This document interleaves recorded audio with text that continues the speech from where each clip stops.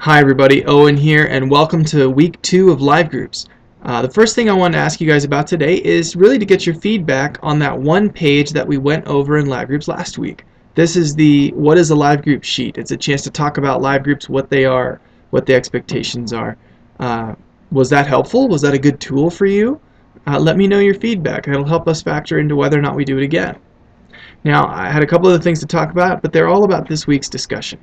This week's passage is related directly to the game changer. It's Philippians chapter 4, verses 4 to 9, and it's all about fear. It's about giving our fears to God. And yet, when it comes to discussion, people are going to want to bring this up in terms of the game changer. Or maybe they want to bring it up in terms of their own fears. Feel free to let the conversation go either way, whether it talks about the game changer or if we just talk about our own fears. Secondly, one thing you'll probably run into is that people are genuinely nervous earlier on in the semester about sharing personal details from their life. So going around the circle and saying, let's each share our deepest fear right now today, probably isn't going to be such a good idea. Don't be afraid to keep it generalized if you need to. That being said, if somebody wants to go deep and say, yeah, this is something I'm wrestling with right now, fantastic. Run with it. But don't force people to say things they're not comfortable enough to say just yet.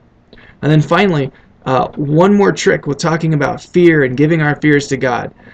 You see, in the Christian world, it's easy. We just say, God, I trust you. My fears are now gone. Except it doesn't actually work that way. In fact, giving our fears to God is not an easy Christian activity. And as we talk about the text today and in your discussions, I do hope that it comes up in discussion that, hey, this isn't easy, and that the answer isn't a simple, give it to God and move on, because life isn't that easy.